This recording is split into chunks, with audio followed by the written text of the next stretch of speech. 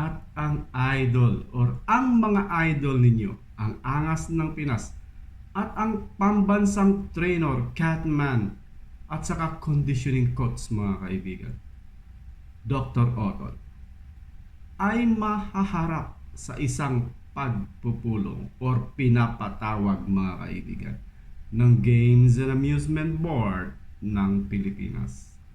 Dahil ito mga kaibigan sa mga binitawang salita ni Dr. Otol or Coach Jason na sadya daw nagpatalo or matalo para sa malaking plano. At mga kaibigan, binura ang live na ito.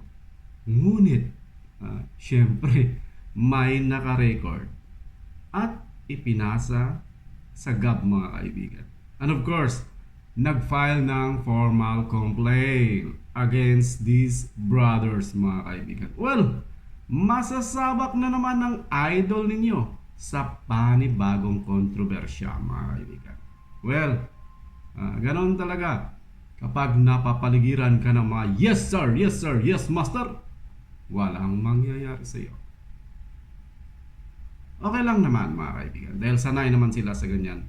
Pero kapag nasilipan sila dito, maaaring mawawalan ng license ang pinakamatinding catman sa buong bansa mga kaibigan. Or even sa buong mundo ng boxing, siya lamang ang catman na bumuhos ng tubig sa cut ng kanyang boxer mga kaibigan.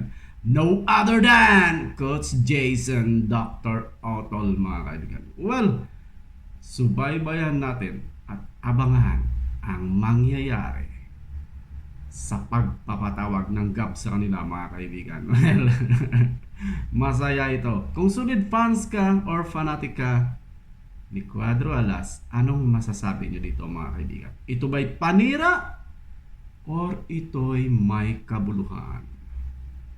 Thank you so much for watching and see you in our next video. Bye bye. Ging lang sa kalam.